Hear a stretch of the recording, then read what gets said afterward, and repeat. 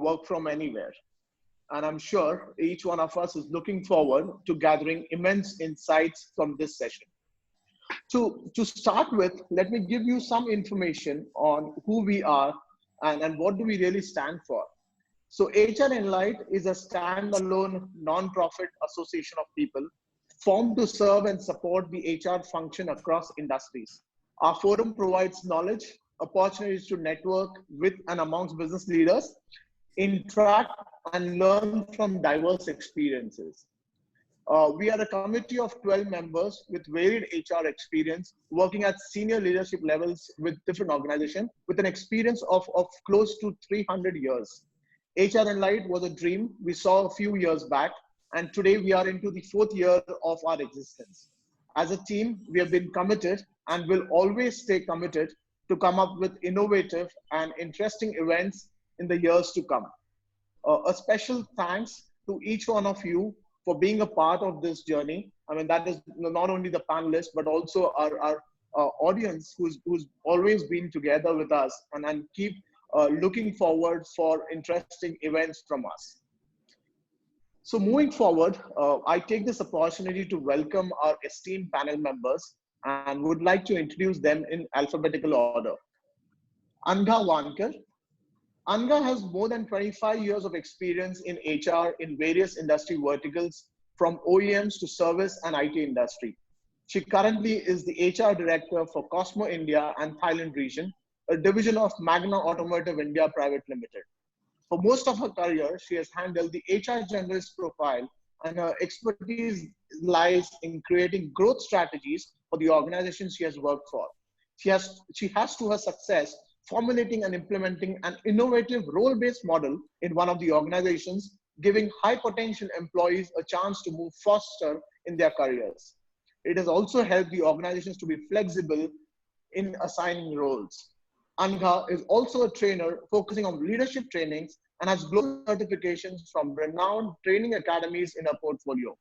Her passion lies in helping create an organization that ensures the continuous employability of its members by providing implementable strategies and tools to help create a professionally motivating and engaging work environment. Thank you, Anga, and welcome on board. Thank you, sir. Next is Dr. Deepak Deshpande. So Dr. Deepak Deshpande is currently with Entity NetMagic as Chief Human Resources Officer. Entity NetMagic is an Entity Group company. Entity is world's 2nd largest telecommunication company and ranked in the top 100 Fortune companies.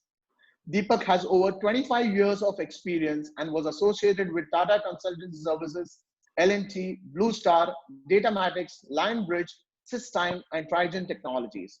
He's actively associated with HR movement in ITS companies in Western India. He is the past president and mentor of HR Infotech Association and currently on the advisory.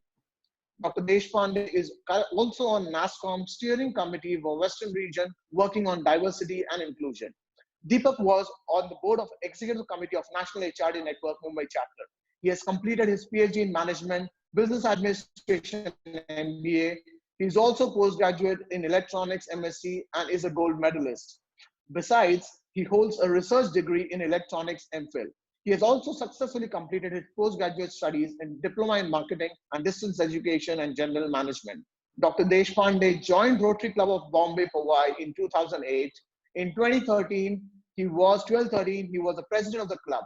Over years, he rose in Rotary circles and held several positions, including trainer, assistant governor, and Mumbai district secretary.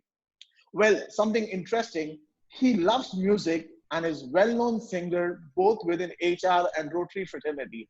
He has recorded over 4,000 cover songs in Hindi, Telugu, Tamil, Kannada, and Sanskrit. And by the way, last night he made sure that he entertained all of us with amazing songs which were mesmerizing. More about Deepak, he loves writing and public speaking on personality development, personal effectiveness, motivation, and leadership. He has won several awards for his excellence in HR Leadership Award from World of Congress, Best HR Leader Award from Star News, Indira Super Achievers Award, Indian Achievers Award, and Rashtriya Vikas Ratna Award for CSR. Welcome, Dr. Deepak Deshpande. Thank you. Moving on, our next panelist is Joy George. Joy possesses 20 plus years of corporate experience as human resource professional with various organizations and at different levels.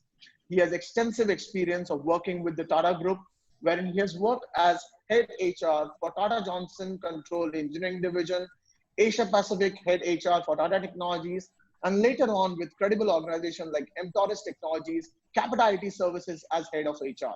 Joy is currently with CDK Global as the Senior Director and Head HR.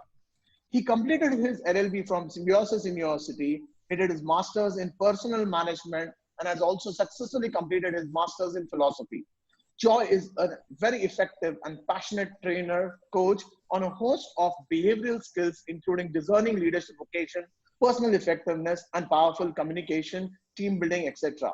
He's a self-starter with excellent leadership qualities, interpersonal skills, people focus, and professional credibility. With deep understanding of the HR function with IT, product and services, IT-enabled our engineering industries, including startups, he has been playing a critical role in management council and board of these companies for running their India operations. Personally, I am delighted to mention that it's an honor to welcome Joy, the one who gave a head start to my HR career 13 years back, and since then has been a mentor to me. Welcome, Joy. Thank you. And our moderator for the session, Milind Jadhav.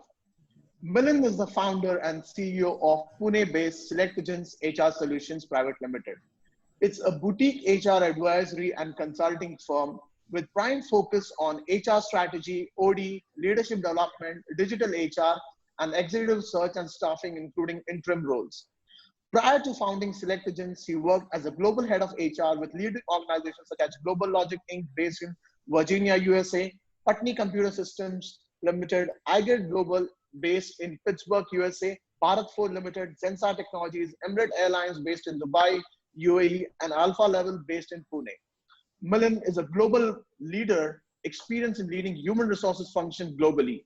He has also played a critical role in managing IT operations, marketing, and corporate communication in some of his past assignments. He has extensive international exposure and has worked in and lived in countries like India, USA, UAE, and the UK.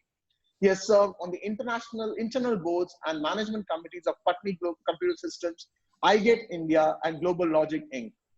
Milind holds a master's degree in human resource management from Tata Institute of Social Services, Mumbai, India, and has over 35 plus years of work experience in HR and business functions. Milind is associated with several organizations as an advisor to the board, CEOs, executive teams, and business owners. He coaches and mentors several C-level executives. He has served on various professional bodies in different capacities and has been associated with HR and Light throughout its journey. Milind is passionate about leadership development and digital HR and has done extensive work in technology enabling the HR function over the past 3+ decades. He pioneered HR automation going back to mid-80s, and the 90s, and he has dedicated a significant amount of time in HR capability building. Welcome, Milind, and thank you for accepting our invite to be the moderator for this session. Really honored to have you on board. Over to you. Thank you, Saurabh. Nice.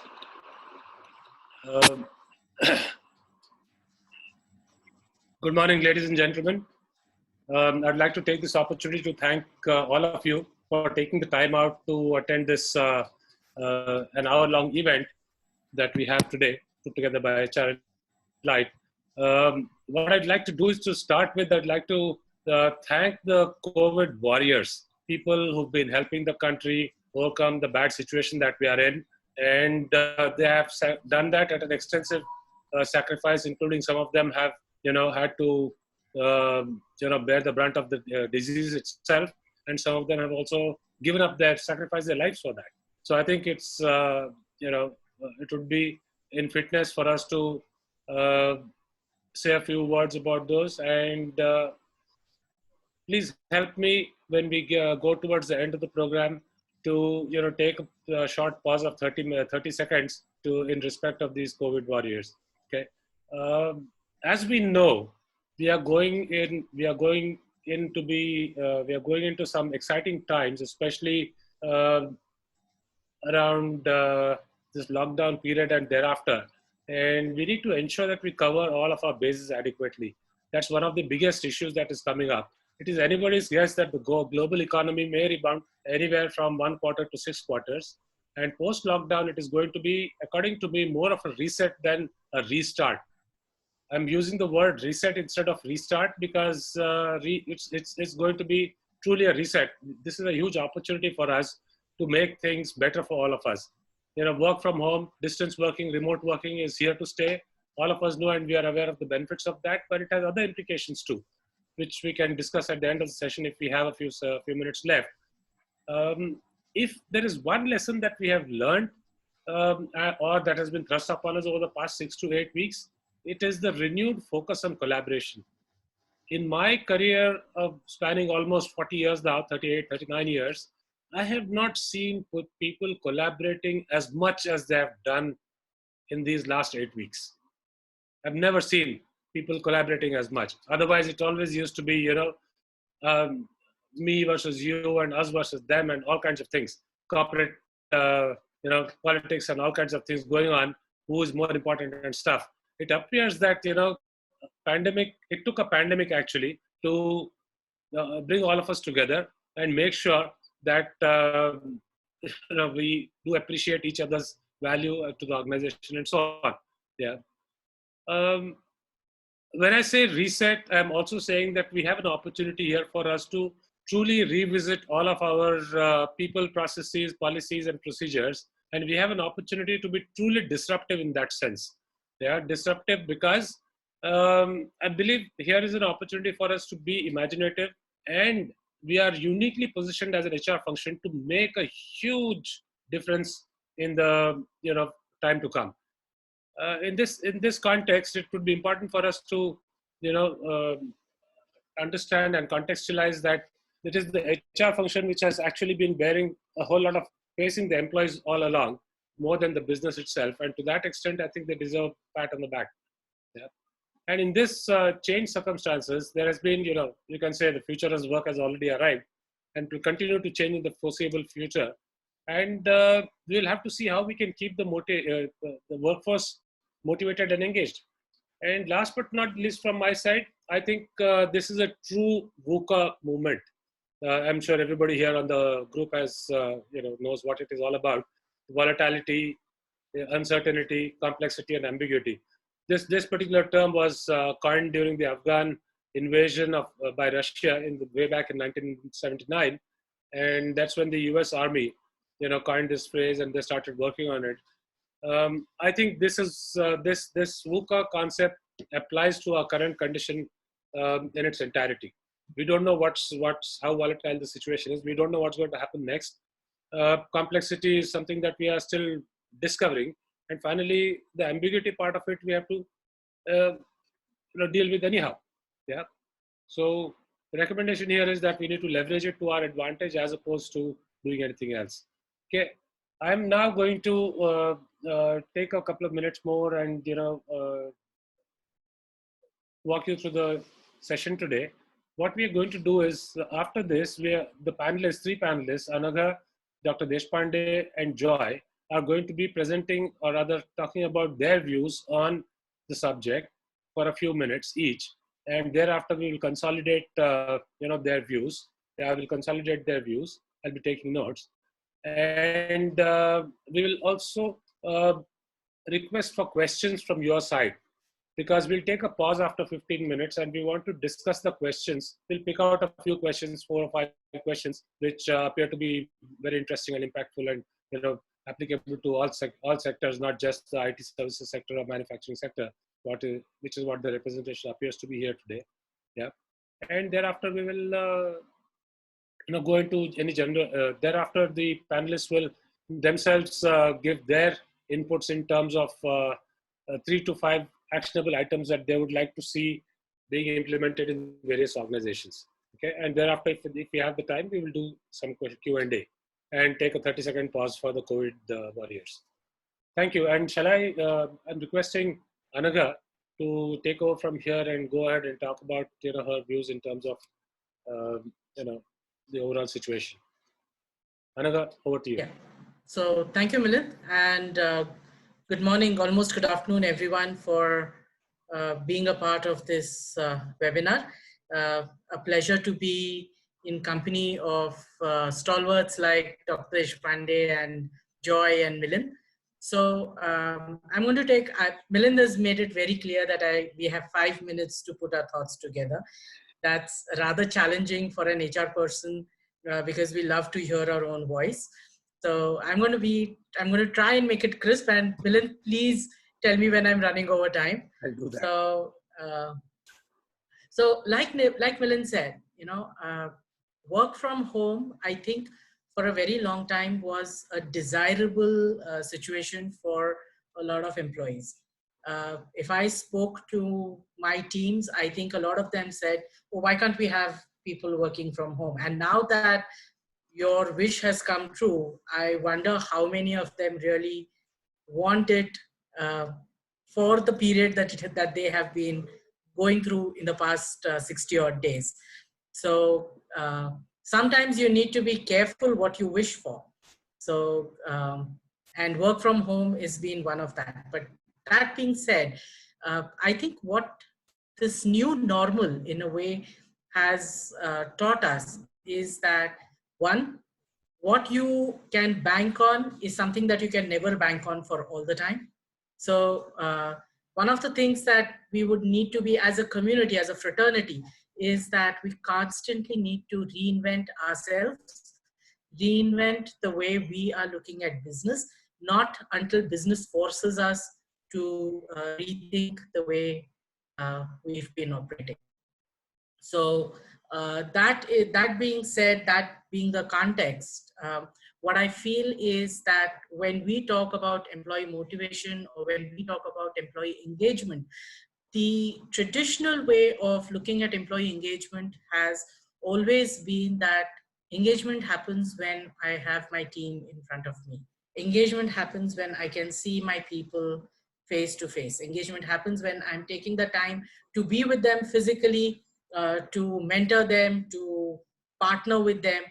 And now that is changing. That is changing. So it's not just a challenge for the HR community. I think it is also a challenge for leaders to start looking at their teams in a different manner.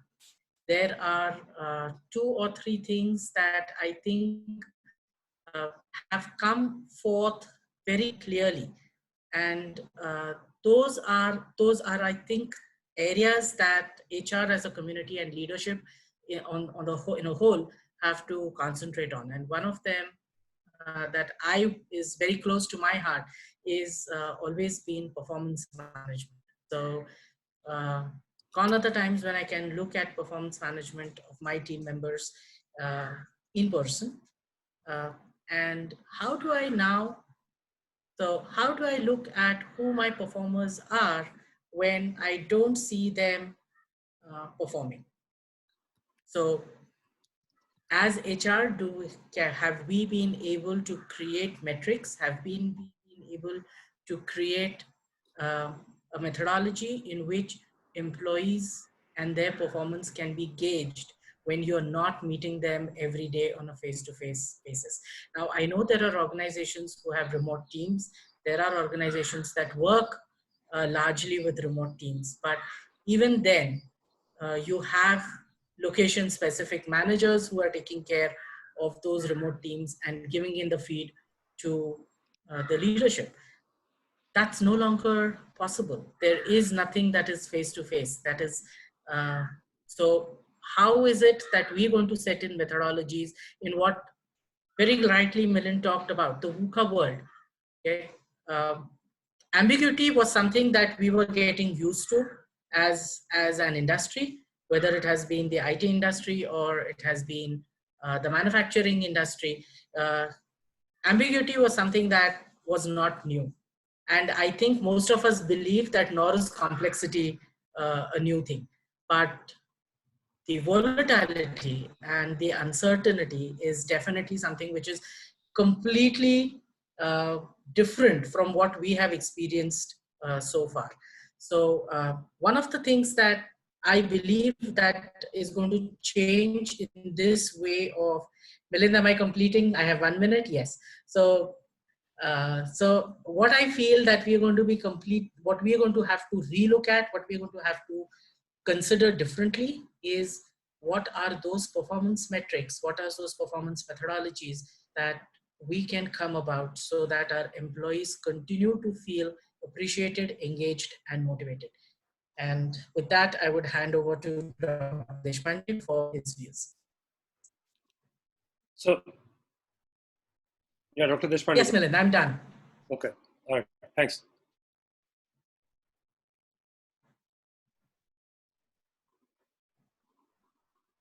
So, do I hand over to Dr. Deshpande? Yes, please. Yes, please. Yes. Okay. Thank you, Anagaji, for that start for me. It made it easy. Also to Milind sir and my co-panelists and HR Enlight for making this morning different. Normally Saturday, Sundays they don't mean much. It's like any other weekday nowadays. However, you are relaxed, there won't be any calls from office, or there won't be any surprises from office. I mean, relatively there will be less compared to other weekdays. So the timing is also perfect. 11:30 you're just up and ready to start your day, and then you get into a wonderful platform like this where you see 200 people and with seniors like Milind and colleagues like Anaga, Joy. And so it's thank you very much. I believe Milind very wonderfully mentioned that this is more of a reset than restart. That is a very profound thing to say, Milind. And that's exactly how we have been experiencing in the last 8 weeks. We are in the essential services business. I work for Internet Magic, and we are in the data center business. 12 lakh square feet office space across India. There's a huge facility to maintain across 9 data centers, and there's still work happening in 2 more. So for us, life has really become more challenging, and every day is a big excitement, and all the constraints and restrictions by the regulatory bodies, and the confusion around what is allowed, what is not allowed, and still keeping the data centers on, making sure it's up and running. Your people are coming to office where they need to come. People who are working it from home, they're enabled. This has been really, I mean, every day has been a new start, new beginning, a new experience. By the time you realize your mastered it, is something new comes. And that's the story every 36 hours almost. That's what is really keeping us, going. On that note, so in a way, so reset and restart is definitely agree to that. And second is about the equalizer. I think, again, you said about how it took a COVID for us to come onto a platform. We are so much used to the bell curve, the normalization, and things like that. But we never realized a pandemic like COVID will act like an equalizer. Being a lover of music, I know what mixer means, what equalizer is.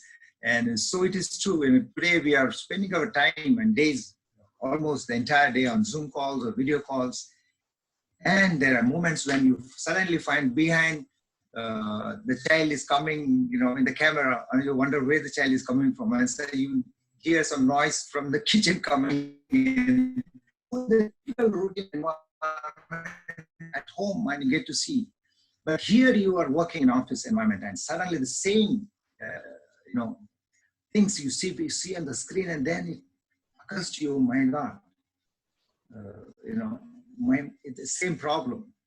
What I'm experiencing also happening with with one of my team members. So in that sense, it is putting you on the same level, that his concerns, his pain points, his issues are the same. So that is where I think we realize we're all human beings, we are all a family, and we all go through the same problems and challenges. So whatever I experience at home, I see the same thing happening in my colleague's place or in my team member's place. So that kind of really opens up a new possibility and then connect.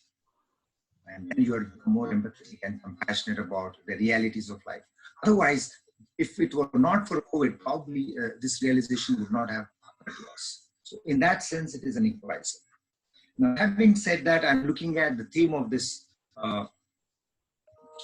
webinar, how to motivate and how to engage people in COVID times. For me, I think I have always believed that the rules won't change, only the methods change, the approaches change. We all know how to motivate employees. We all have tried multiple different methods of keeping the employees motivated, and we kept on changing the flavor, changing the color, old wine in new bottle, the shape and size and frequency, or should I say, the degree of all that we have been doing for years and decades. Now the whole environment again is changed. So you're trying to find out how you're going to do it to deliver the same message. So apparently I'll go back to people are working from home, majority of them. And definitely the good news is that they all know what they're supposed to do. What are their roles? What are their responsibilities? So in that sense, it is easy. They know what to do. The challenge is to how to make them deliver what they're supposed to deliver. So that is where the work from home enablement. You have to create an office in the house, give the technology, give the process, revisit the process, set the expectations, how frequently, how they will deliver, how they will be reviewed. So I think it will take some, we are already now 6 to 8 weeks down. I'm sure you passed that phase. So the good news is that by and large, people know what they're supposed to do, how they're going to deliver. So organizations which have been able to achieve that, reach that point, I think they are well off. So once the employee knows what is expected of him and is able to deliver, he is given all the tools and the infrastructure, and then how the assignments are coming, I think that is where he feels comfortable and doesn't feel cut off from the mainstream. And then comes, of course, how do you make sure in these changes that the customers come with different kind of requirements, and we have kind of lost the sense of work timings, 9:30 to 6:30. So we are now begun to realize, probably dealing with the next question, I think the next 1 to 2 weeks later, we'll all be talking about how do you ensure you're working, make your teams are working from home only from 9:30 to 6:30. That is going to be another series of webinars that is going to come.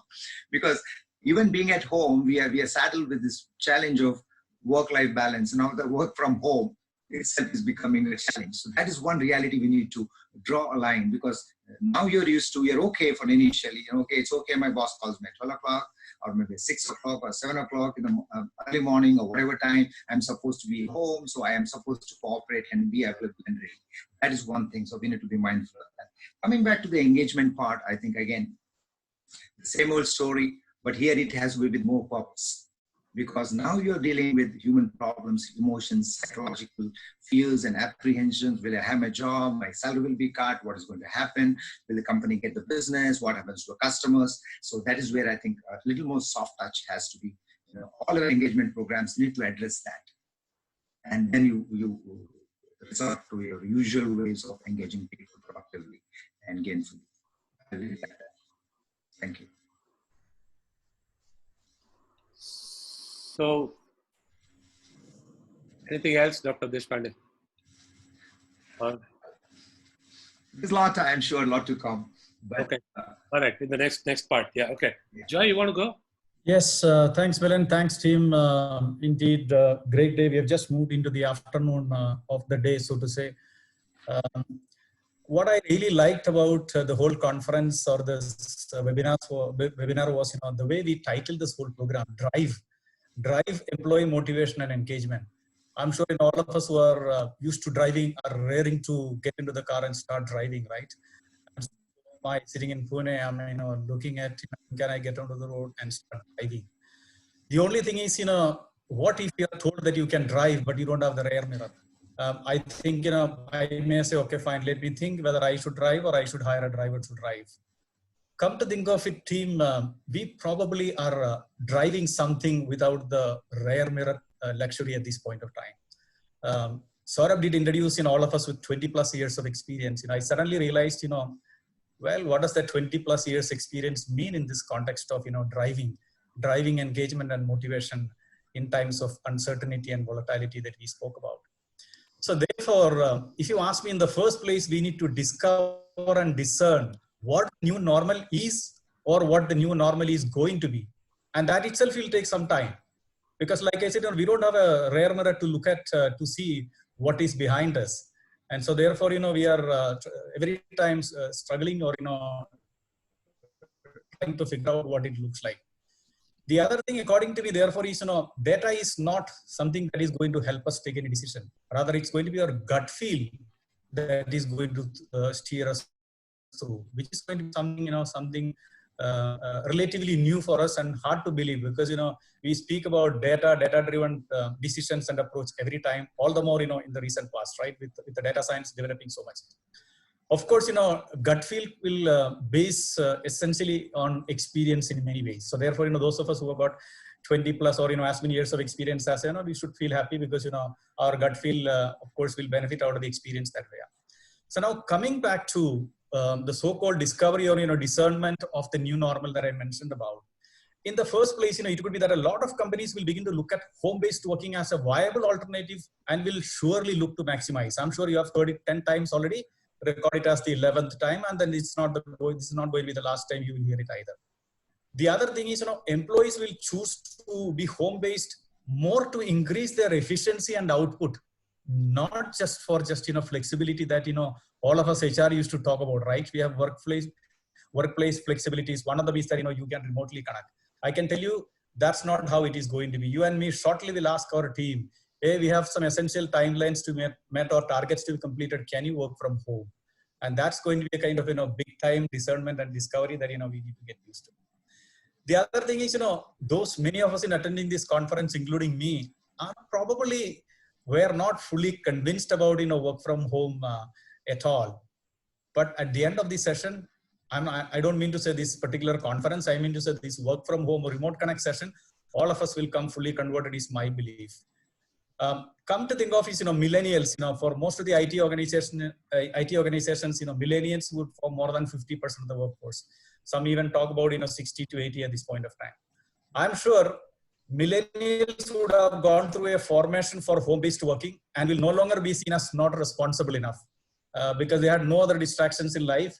Rather, the only engagement in life was work in itself. So therefore, I'm very sure they would have gone through that, thorough discipline for themselves, which is good news again. Infrastructure for home-based working will be fully tested. It's already tested, by the way. 3 days before we switching over to home-based working, one of our smart employees walked up to me at the canteen and asked me, hey, Joy, situation might come. What if the situation comes wherein all of us need to work from home? Do you want to use some of these days to do a testing? I thought he was intelligent. For a moment, I said, yeah, that's a good idea. 2 days time, we had to actually shift everything to home. And, we didn't have an opportunity to test anything, by the way. Touch wood, thank God, everything is working. The other thing that I want to say is people leaders, all of us are people leaders. I'm sure there could also be folks from the business side who have people leading responsibility here. They will be looking to define or rather redefine employee experience. That's going to be something that we should watch out for. We have been used to talking about employee experience, but what does that mean in the new normal is something that we need to. If I have to give a flavor of, my understanding of what it could be, I think the need of the hour is to build a feeling of work as usual, business as usual, and life as usual. 3 things. Work as usual, business as usual, life as usual. Work as usual mode we are already set into, right? It's actually beyond usual. Saturday, Sundays work also has become normal now. Business as usual, we probably get into sooner than later. Life as usual. Work-life balance was something that Dr. Deepak touched upon. And I also touched upon that element of, in the uncertain times, etc. I think as HR folks, as leadership team, we should look at what could this life as usual mean in this new normal. Joy, you have a minute. Thank you so much, Milan. I was just about to say that I would just, stop short of defining what could be life as usual means, because all of us are leaders and thinkers. We should be thinking about it. And I liked the way Deepak said by saying, you know, when it's a question of motivation and engagement, I don't believe too many things are going to change. The fundamentals of motivation or driving motivation and engagement will remain the same. For me, these are four things. Stay focused on earning, stay focused on learning, stay focused on fun, stay focused on creating pride. These four things, I started as, you know, as a young HR professional, hearing about these four things. I started talking about these things. I continue, and I think, and I'll retire continuing practicing these four things as the key drivers for engagement and motivation. Over to you, Milind. Thank you. Thanks, Joy. Brilliant. Now, I'm sure all of the attendees, participants will agree with me. Some of the points have been absolutely brilliant and out of this world. Yeah, I think I'll start with the most. It's a recency effect, as we call it in the performance management system. Recency effect of Joy's submission of work as usual, business as usual, life as usual. It's a very powerful concept. Need to actually take that to, you know, people should actually start reflecting on it to see what it means for them. Yeah. And of course, the other point that you talked about, Joy, equally important, redefining employee experience. And those of people who are attending this, if they haven't downloaded the People Matters Employee Experience report, I would request you guys to do it. It's a free report. You can download it on People Matters site. And I found a few areas pretty interesting in that survey report. They did a survey of employee experience. In fact, if HR would like to circulate it, I've got a copy. I can share it with you guys. I can forward it to people. Yeah. And of course, another aspect, Joy, that you talked about, conversion to becoming a believer in work from home. Yes, many of us were not believers of work from home in the past because we thought work from home in India meant work becomes adjunct to domestic chores and not necessarily assumes priority over domestic chores. When I have some event happening at home, when I have some problem, something to attend at home, then I work from home, which means less attention to work, more attention to domestic chores. Yeah, but with this shift of paradigm, I think things will change significantly. And what is this new normal? Great question that you asked. I'm sure it's going to be asked very frequently in the future. Yeah, and Deepak, Dr. Deepak Deshpande also touched upon this work from home as opposed to work-life balance. You know, it used to be work-work balance or work-life balance. Yeah, we are now talking about work from home and balancing lives after that. Yeah, how are organizations and people going to adapt to this situation? Have they adapted well, not yet? And most importantly, how does one deal with client expectations and requirements? I think very critical where it comes to the services sector may not be so may not get so amplified in the manufacturing sector, but services sector, yes, client requirements are going to be, you know, taking precedence over everything. And how do we deal with that? Yeah, and that's something that is there. And I think Anagha too pointed out about VUCA making us relook the way we live. That's a very powerful statement that you made, and that includes, Anagha, definitely the performance management part of it. As I speak with a lot of CHROs and business owners, I'm getting the same question. I'm getting to hear the same question, i.e., the performance part of it. How do we deal with it? People are working, sitting at home, and working from home. How do we deal with that situation, right? So I think great points brought in by the panelists. We have a few questions which I have noted down. I think Saurabh has also noted down some very interesting questions. I'll leave it to the panelists to discuss them.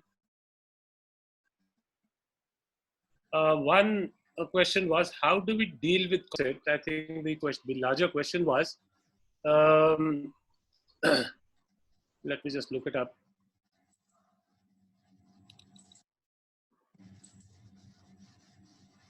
People are fearful to return to work.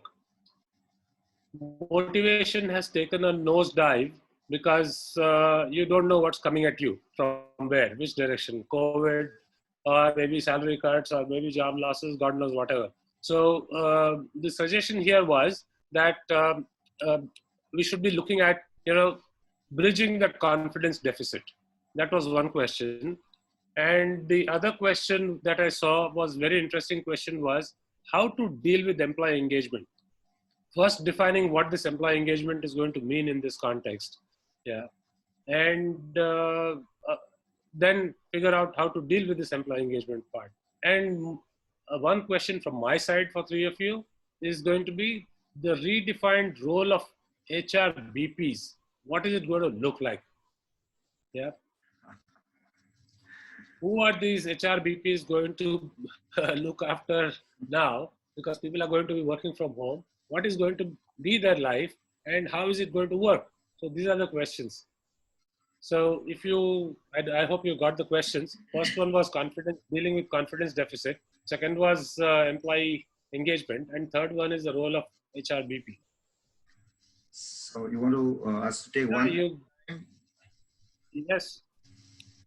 Okay. So, you take whichever, and maybe take all three and then talk about this. But what would you like to deal with first? Confidence deficit, employee engagement, or role of HRBP? I think I'll take the confidence one because we have many experts on HR matters anyway. So because I believe that confidence is something that is very personal, it is intrinsic. Although there are things which an organization can do to give the confidence to an employee, but in a situation like this, when you are seeing around you how the world is moving, you are constantly, bombarded with negative messages and so much of information around you. No matter what the company does, you still will be worried about something. So having said that, to find a balance, number one, I would start with, I'll come to the individual part first. But as an organization, because we are talking in the context of an organization, if I am a citizen of a corporate, what should my company do to give me confidence or feel insecure? Not do to feel, that will make me feel insecure. So looking at the confidence building, number one, I think many companies have done, including us. Day one, we saw that COVID is getting a reality. We are getting from 4th of March when we started, we really started taking, notice of it seriously around the first week of March or maybe last week of February. Then where we said, okay, let's do certain thing in the workplace. A week or two passed like that, where we become increasingly paranoid about, infection, sanitation, things like that, sanitize, disinfect workplace practices, blah, blah, blah. When we come to here come the third week, mid of March, 16th of March, when he said, no, let's work from home. So those 5-6 days really gave us the breathing space before the lockdown was announced. And by then we were already set up for, working from home. But once it was done, we opened, we see the online newspapers or new channels and the WhatsApp news and whatever. Immediately our CEO went across to all the employees, said no job cuts, no salary cuts, don't worry, we'll continue as usual. In fact, the kind of business we are in, we are seeing huge, blah, blah, blah. Right. And then within a week, we had a town hall. We reiterated that message. We took a lot of questions from the employees, clarified certain things. It was the time and a wrong time. COVID also, it really, lived that, that principle. When something has to go wrong, it will go the wrong way, wrong time, the wrong way, to the wrong people, everything. That principle really worked here. It is an increment time. And you are talking about COVID. People are worried about increments. So the town hall is full of these questions. One side you are worried about job, and other side you're worried about salary cuts, and here you are looking for the increments. That's life sometimes can be very amusing. So we had to handle that question in a very transparent and open fashion. Then comes how you've taken care of the physicality, the talk of the roti kapda makan, that is taken care. Then you reach out to, okay guys, come back to now the work. Are you equipped well? Can you work from home?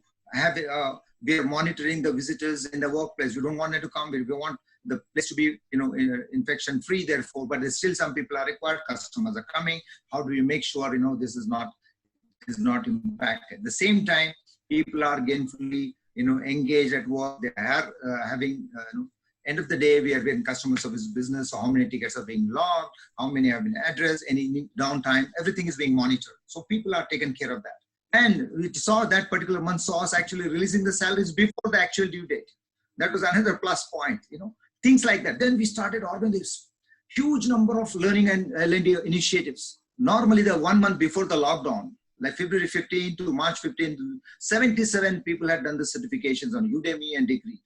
But the 1 month after 16th March, we had almost 300 people doing those certifications because we had launched something called L&D Challenge. We encourage people, this is the time, spend time in learning and making yourself more ready for blah, blah, blah, Suddenly people are spurred of learning opportunities. We had a series of webinars.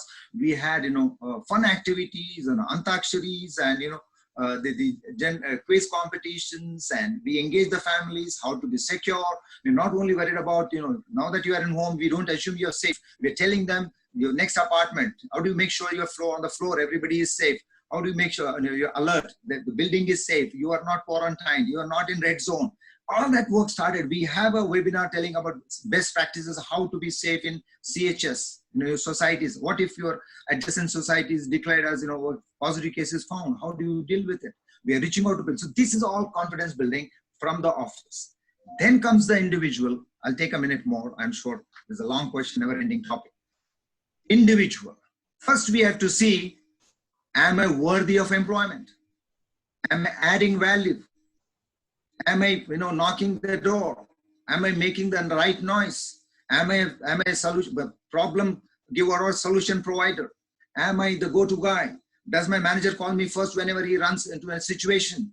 Do I volunteer? I think this is the real you. It has to come to surface now, and in an environment like this. So I go back, do some meditation, take proper rest, be positive, look around where you can find more opportunities in terms of learning and contributing. I think that will give you a lot of confidence. So, what? Another. Yeah, sorry. So what I feel is that when we talk of confidence deficit, and I'm going to go back to what Dr. Deshpande said when he first introduced the topic in his first 5 minutes, saying that basics are not going to change.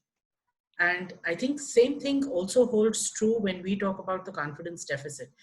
The same steps that we're going to have to take, or when we were taking when we had a confidence deficit employee coming to us when we were at work, is the same steps that we're going to have to take when we talk to employees remotely. I think the key is communication. Like Dr. Deshpande talked about the experiences that they had with NetMagic. I think it is important that we continue to keep the channels of communication open with our employees and give them a platform where they can come and talk about things that worry them, and then find the answers to give it back to them, saying, what is the general outlook and what is it that our organization is going to do? See, it's very easy, it's very simple to say that, okay, we're going to keep all jobs. Okay. Remember, we don't know what's coming in the future. So personally, I would be very, very wary of making any sort of a claim which I may not be able to fulfill in the coming future. What I need to do in terms of the confidence deficit is give them a reality check on, this is what we would like to do, and this is what is the intention of the actions that we want to take. However, going forward, we may have to take some hard decisions. And when those hard decisions, and I'm saying when and not if, and when those hard decisions need to be taken, we give people a reasoning as to why those hard decisions have been taken. I can talk about Cosma. We have had to take some hard decisions. Some of the hard decisions have to be, fortunately so far, we are not, I come from a manufacturing industry. So I saw some attendees asking, saying, is work from home something that is good for people who have internet connectivity? By and large, yes. When we do talk about work from home, when we do talk about these realities, it is about the people who are connected, who are networked, who are, whose job can be done from anywhere. But in a manufacturing industry, that becomes all the more difficult, because if I have to be defined by my job is when I stand at the machine and I work.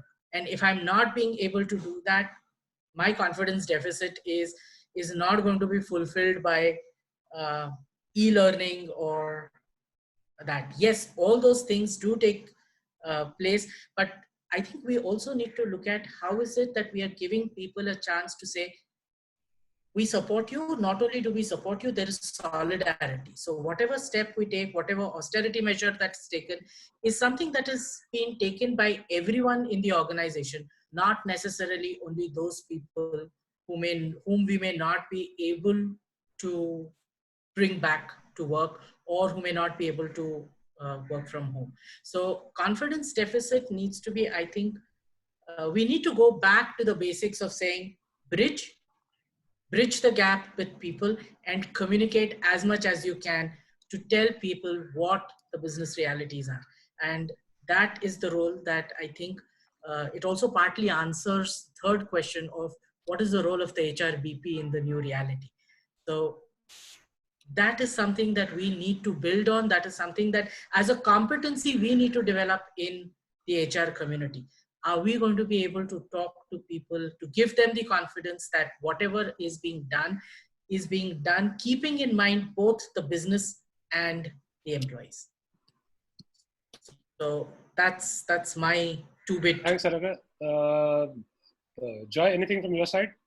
Well, it might sound like a repetition, Milan, but if I don't say anything, people might think I don't have everyone. Maybe you can address the question of maybe you can address the question of HRBPs, because that's going to be a critical thing going forward. Right. So any question that are asked to me, I have only one answer, and everybody can take it the way they would like. So let's see what BPs will make out of what I'm trying to say. I think, from all I heard, from my co-panelists, and I have been reading and hearing from other sources, there are essentially 3 types of concerns that can actually dent the confidence or trust of people. One, of course, is fundamentally the question, what will happen to my health and that of family? And that has been something that all of us have been dealing with for the past whatever months, 3 months or 2.5 months whatsoever. I think partially we got settled with saying that yes, something can be done or nothing can be done. So that's the solution that we have found out. The other one, what will be my financial position or what will happen to my financial status? All of us have made some sort of a mental calculation as to what is there, how can I manage, what's my fallback mechanism. Everybody would have done that. And the third one, which is the one which is looming large at this point of time, is what will happen to my job or my company. That's where, all of us as HR leaders, we need to articulate things far more than. We can't be pretty silent over here by saying, things will happen, the new normal will evolve, we wait and see. I think, it's like a young kid who will look up to the parent to see what's the body language. So is going to be the case when we speak. The rest of the organization will look up to our body language to see what's the amount of confidence when we got to talk about what will happen to my job and my company. So I leave it for everybody to think. The other thing, Milan and team, which will be looming large in the minds of people is what will happen when we reset. You said about, resetting right at the beginning. What will happen? Questions that will be running through the minds of people is, am I going to be the first one to be asked to go to the office to test the facility, by the way? How is it that my leader is going to choose who will go and who will not go? Let me tell you, switching to home-based working was easy because it was nothing but shifting materials. Switching people from work from home to office-based working is going to be switching of minds. And that's going to be really difficult. And if you don't handle this as HR folks sensibly, smartly, we will run the risk of losing our goodwill. And so therefore, if you ask me, obviously all of us were also expected to outline some of the actions. One thing that we have decided as an organization, fairly led by me as the HR person, is, we decided that we will make sure we will make the workplace safe. We will keep it safe and we will make employees feel safe. Leave the decision to the employees to decide when they want to come. None of us as managers are going to be deciding as to who, when somebody should start. In short, we are attempting to build what is called a psychological safety. I think business partners, who have a kind of a question around what will they do, pick it up, try to build psychological safety and see how we can do. Over to you, Milan. Thanks, Joy. Yeah, I think in the interest of time, we still got about 5 to 10 minutes left. What I would suggest is, what would, as panelists, what would be your guidance to attendees here? There are still about 190 people left. And what would your guidance be to them in terms of what could be the items that actions that they could take to, improve employee engagement or keep it at least at the previous levels or whatever?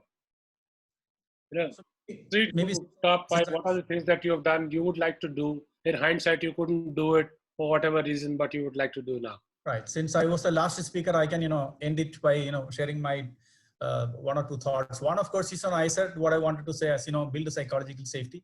And that means a lot. I only said it. I don't know what it means. I'm also discovering what the new normal is going to be in terms of establishing the psychological safety.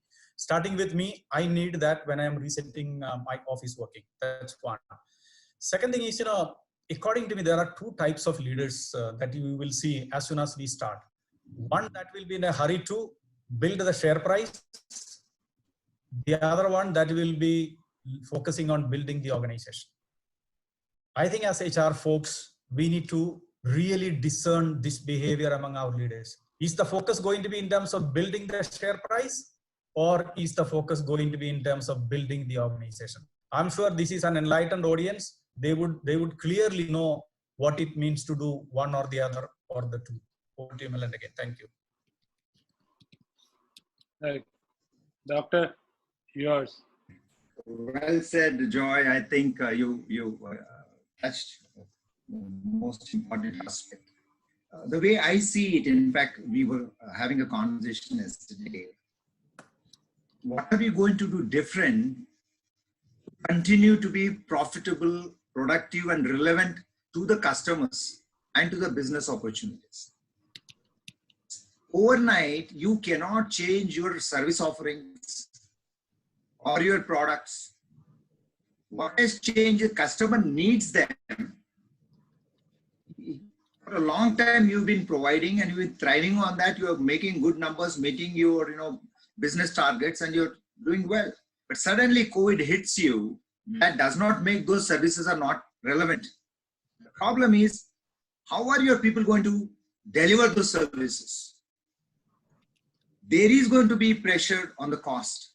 There is going to be pressure on being able to work on the assembly line the way you are working. You will not be able to get those people together. You have to honor the social distancing. You have to take care of the safety and hygiene and things like that. And thirdly, you are now you have a platform where you can work from anywhere. So the pressure on the cost, margins, ability to deliver seamlessly will be a challenge. So customer is not looking at, how you are going to do it. You only saying, this is what anyway you committed, deliver me this now. So that means we have to relook at our processes, relook at the way our people are able to. Till now, our people and teams were, they had this, should I say, the security of, okay, my boss asked me to do, therefore I'm doing. He's around me, somewhere here close by on the same floor or the next room. Anything goes on, boss also in that mindset. And I'm here, everything is going fine because we are on the same floor. But now that has changed now. He's somewhere else, you are somewhere else. Have you understood? Do you have the confidence to say, yes, I have understood. This is what is ready to go to a customer, does not need a review or at least 99.9 right? Now, this is a big challenge mentally we have overcome now, at least many of the companies. Work from home till now was a kind of taboo. You never trusted the person. Your processes were not built in like that to enable work from home. But now this is forced on you. Now people are put in a situation how to operate in a virtual organization. Are you able to facilitate? Are you able to train people? Are you able to do the reviews in a virtual setup without being offensive, taking care of the sensitivity and compassion and empathy needs of the employee? At the same time, he has to be productive. So this is a big challenge ahead of us. So customer is not going to look at these things. He says, you help me all this in 8 weeks. I expect you to deliver now the same quality of work or maybe at a cheaper price. So therefore, it is very important to relook at our processes, relook at the way we are delivering and see where can I cut that crap, reduce the cost or improve the efficiency, make my life good for my team, make my workplace, if at all somebody has to come, ready for. There will be some people required for a few hours. So I think the focus has to be there. So therefore, action points, if we come to Milind's question, what are we going to do? Action points. Go back, just sit at home and think, visualize. Some people have to go to office. So how am I going to make it safe for them? How many people should I allow or not allow? What is the situation going to be in the road? Should I expose them to that risk? Can I continue to work like that? Trust me, other day I just visited my office. You won't believe. Otherwise, this place is full of people. You don't have place to just walk in. There's so many people sitting there. But now when I go there, hardly 7 people were there. Such a 1 lakh square feet office there. Of course, the security was there, the housekeeping staff was there. But the actual engineers were hardly 7 to 8. I just said, wow. I said, wow, wonderful team we have. I never imagined. Otherwise, this one full big global knock is full of about 200 people in one room with so many screens. And suddenly here's a place just about 7 people. 2 people in that room and 2 in the adjacent room, and they were managing from remote. So the purpose of saying this is that when you are able to enable that, you have to see is whoever is supposed to come, how are they going to come? Are they safe? Customers also want to come and see because they have not visited the data center. For the last 2 months, they are curious to come. So can you allow all of them? Can you give them access, comfort level? How are you going to take? What if tomorrow case is found and the place is locked down? Who will take care of them? All these scenarios we need to build. So I think HR, we will anyway, if you have 10 people, put 3-4 people to the routine engagement, blah, blah, blah work. But the real core business, this is an opportunity for HR people to be more realistic, more grounded, start counting money. Where am I adding value? I think you know your answer. You will find that. You ask the right questions, you will find ways to add value. Great. Good. Excellent stuff. Anything from your side, Anaga? Yes, just a couple of points. One, I would like to reiterate what Joy said when he was recommending creating a psychological support or creating an environment that is psychologically safe. Yes, I think that is one thing that needs to be focused upon. COVID is something that has triggered this. I saw one of the attendees talk about it, that it is not just COVID. COVID is the trigger. What we need to now realize is that for any such disaster that happens, how is it that we are going to create an environment that makes our employees feel safe? So that is one thing that I'm going to, I would like as an action item for the in Magna. What we've done is we've actually created a playbook that gives the best practices that we have followed across all the regions where we exist to what is the best way, which are the best practices that we can put in place in our plants and offices so that we create a safe work environment for our employees. So that is one action item that I would like. Second thing I would like to put in is, this is the time when we also need to ground ourselves to business realities. As HR, gone are the days when HR was a touchy-feely, a shoulder to cry on sort of a function. So we need to get in touch with business realities, and we need to translate those business realities in a manner which is palatable and understandable by people, because no matter how much we may want to, we may have to make choices. So when we are making those choices, how is it that we are communicating those choices to the people in a manner which helps them to deal with their new reality, and their new reality may be completely different from the reality that as an organization we may be going through. So how is it that we are going to help employees deal with that? And the third thing is, again, coming back to the 2 types of leaders that Joy talked about, is can we then build in methodologies, can we then build in systems that allow us to gauge what's the right leadership pattern for, or the right leadership behaviors that we want our leaders to exhibit, to demonstrate, whether we have a disaster or a pandemic or anything else. If we have these 3 things, I think businesses would be set to face any sort of challenges that come to them. Great, Anaga. Thanks. Folks, I think we have almost we have pretty much run out of time, but, and there are dozens of questions that need to be answered. What I'm going to do is work with the HR Enlight team, pull these questions together, and write up some answers and circulate them to you. You can chip in, and we can then circulate it to all the attendees and those who had registered. Yeah, but before we part, one last bit what Anaga referred to in terms of the behaviors, leadership behaviors. In fact, I'm working with along with a former colleague to create a competency model that would be required, a generic model, and a learning intervention that would be required considering the changed circumstances. So I'd be happy to share that with you guys as well. But I think that the opportunity is there, and it depends on us, what we want to do with it. And I don't think we have any more time left, but can we take just 30 seconds, maintain 30 seconds silence for the COVID workers who passed away, and then thank them and move on from there? Shall we do that? Yeah. Sure.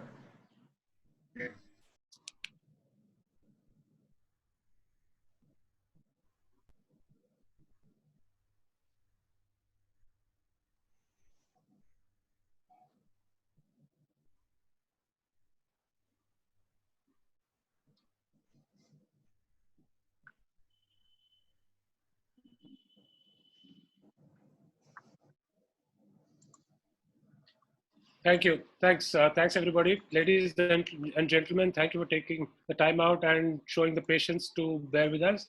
Yeah.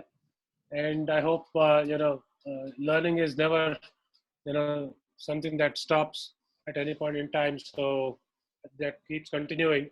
Hopefully you can, expect to hear from us again. Saurabh, over to you. Thanks. That's all from my side. Thank you, Milind. A big thank you to Joy, Dr. Deepak Deshpande, and Anagha.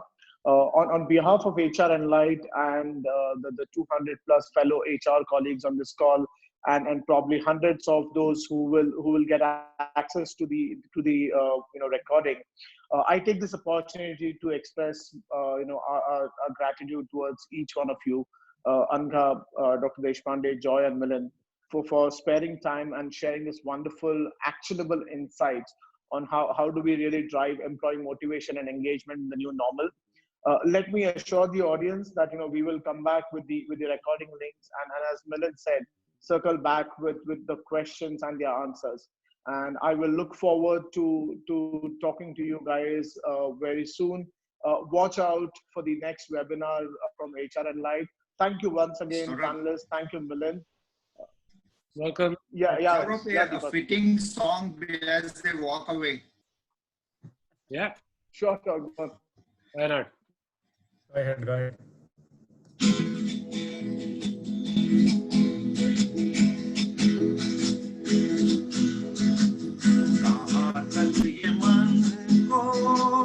अंधेरे चलेंगे, उदासी भरे दिन कभी तो ढलेंगे। कहाँ तक ये मन को अंधेरे चलेंगे, उदासी भरे दिन कभी तो ढलेंगे।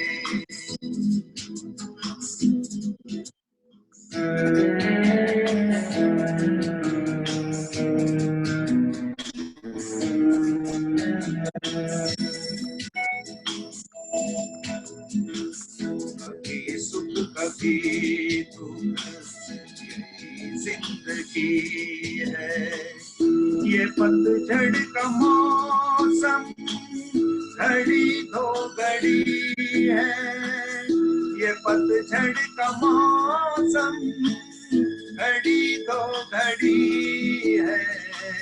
नए फूल कल फिर डगर में खिलेंगे, उदासी भरे दिन कभी तो ढलेंगे।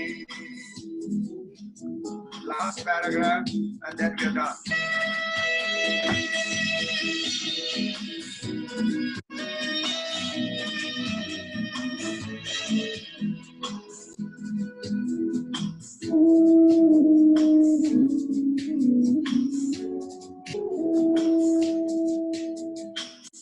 भले देश कितना हवा का हो झोंका, मगर मगर अपने मन में तू रख ये भरोसा, मगर अपने मन में तू रख ये भरोसा, जो पिछले सफर में तुझे फिर मिलेंगे, उदासी भरे दिन कभी तो टलेंगे।